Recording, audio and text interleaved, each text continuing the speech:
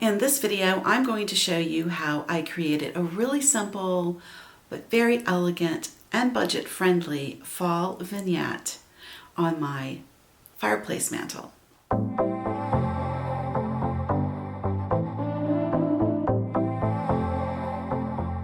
Hi, I'm Patty and welcome to my handmade lifestyle. I go by Pattymac Makes Everywhere online. Generally on this channel we do bakes and we make things and we do some gardening information, but recently I've started to also do a little bit or share a little bit of my home projects. I get questions about it, and I'm actually inspired by my good friend in real life, Megan, who is on here as Megan Bell. I'll link to her below.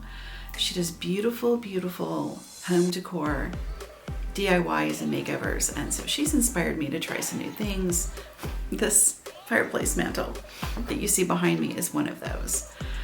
Recently, I redid the whole feature wall, and it's such a makeover. It's so beautiful, and since I filmed and published that video, I've had some time to decorate the mantle a little bit, and it feels really good, and I've done a couple of other things, and I'm going to share those with you in this video.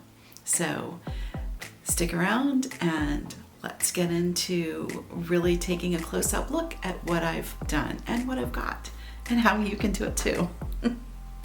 A month or so ago, I repainted this feature wall here in the living room, and now we're getting into fall and it's time to start bringing in my house plants, and I also wanted to do a little decorating for fall. So this is my fall interpretation for the fireplace, and you can see it's like very simple.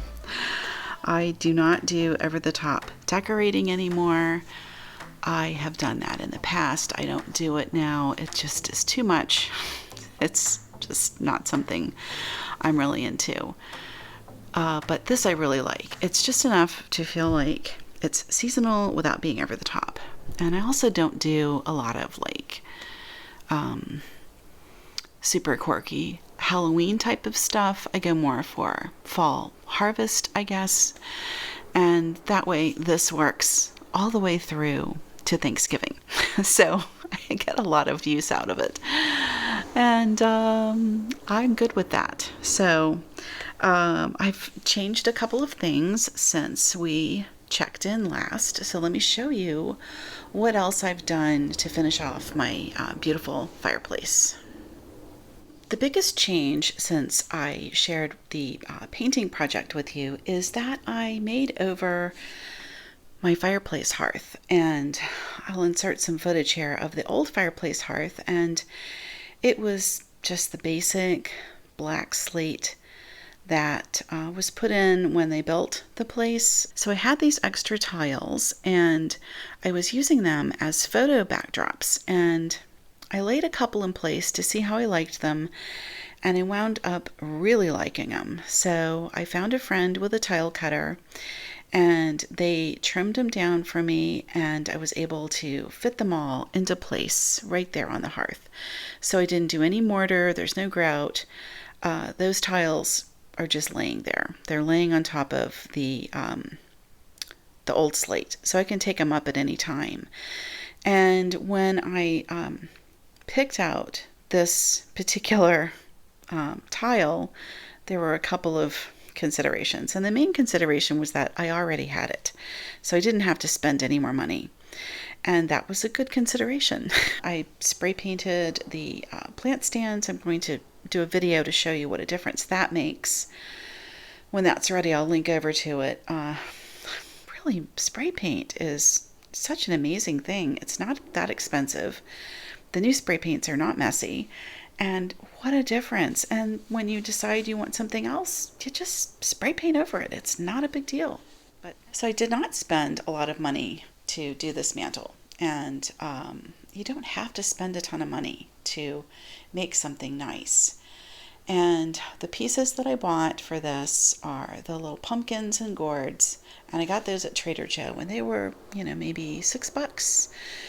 And I bought the sunflowers and the wheat. I got that at Lidl. I think maybe these flowers are Wegmans. Anyway, it's grocery store stuff. So that was like $6. And that's all I spent. I had everything else. The pine cones I pulled out of my yard. The fairy lights I already have. I have a pretty good collection of fairy lights. I highly recommend those. They run on batteries. They stay cool. They're super, super cute. And as the days get shorter and we have nighttime coming earlier and earlier, having some little fairy lights here and there, it really, it perks things up. I think it's just makes for a bright spot. And I like calling them fairy lights.